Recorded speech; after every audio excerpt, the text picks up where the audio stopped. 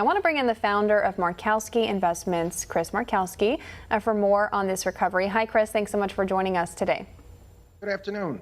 It's been a pretty choppy recovery so far as Americans do attempt to reopen the economy with the coronavirus still spreading across the country. No treatment at this point, no vaccine at this point. What are the priorities that Congress should be focusing on for this next relief package?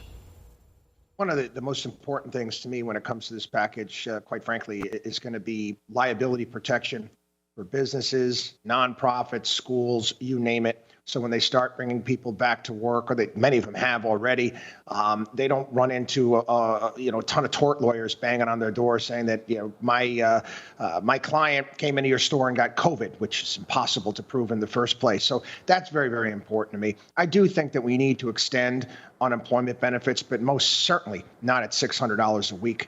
I think that's a disaster, and I think, quite frankly, I think it's why the ADP numbers today that you discussed are not as strong as they could have been. I know a lot of businesses out there looking for people to come back. You mentioned those ADP numbers, private payroll growth missing expectations in July as rising cases of the coronavirus did also put a damper on that strong growth we had seen in June. And how long do you expect these ebbs and flows with the labor market and the rest of the economy to continue?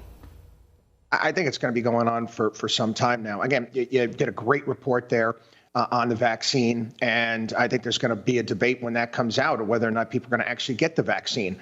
I know, just thinking of myself, it reminds me of 1970s Life cereal commercial. I'm not going to try it. You try it. We've been, told so many different things about this virus, and now they expect everybody's going to run out and automatically want to take a vaccine. I got a sinking suspicion many people are going to wait and see how that works out. There's not a lot of trust right now in faith in the powers that be because of all the conflicting things that they've told us over the past 6 months. And it's amazing. I mentioned the phrase 6 months. We've seen to be shut down for the past 6 months right now, and we still have these ebbs and flows out there. And I do think it's going to continue to be choppy through the end of the year. You and I have talked in the past before about the impact of the pandemic on big city centers like New York City. And now we're seeing evidence of that. Retail rents in Manhattan specifically fell below $700 for the first time since 2011 in the second quarter. How can cities adapt their economy to the long-term changes that are brought on by this pandemic?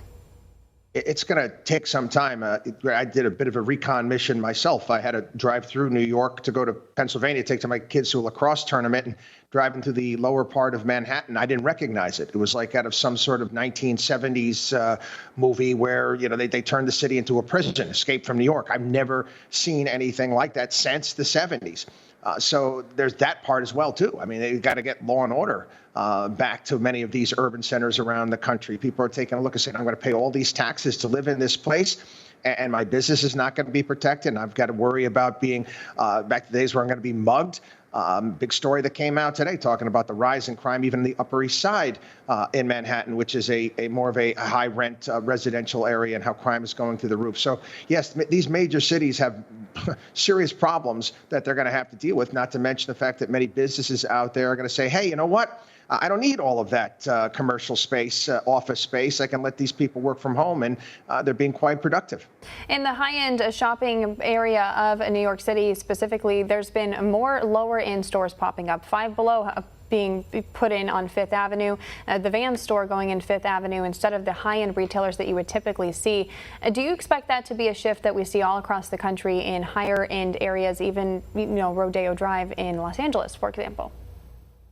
It's interesting, yes. On Fifth Avenue, you've seen a few of them. We've also seen it's been interesting in Manhattan, too, when even prior to COVID, is the pop-up shops that come from time to time. They've been doing that as well.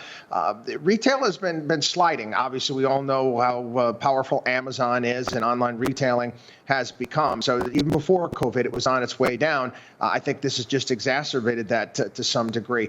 And even some of the lower-end retailers. Again, that there's a price point that they're going to have to be able to meet. I mean, the rents have come down, but they haven't come down that far. I think they're going to have to come down a lot more before you start seeing, Old Navy on Fifth Avenue. All right, Chris Markowski, founder of Markowski Investments, joining us to discuss the economic recovery amid the coronavirus pandemic. Thanks so much for coming on the show today.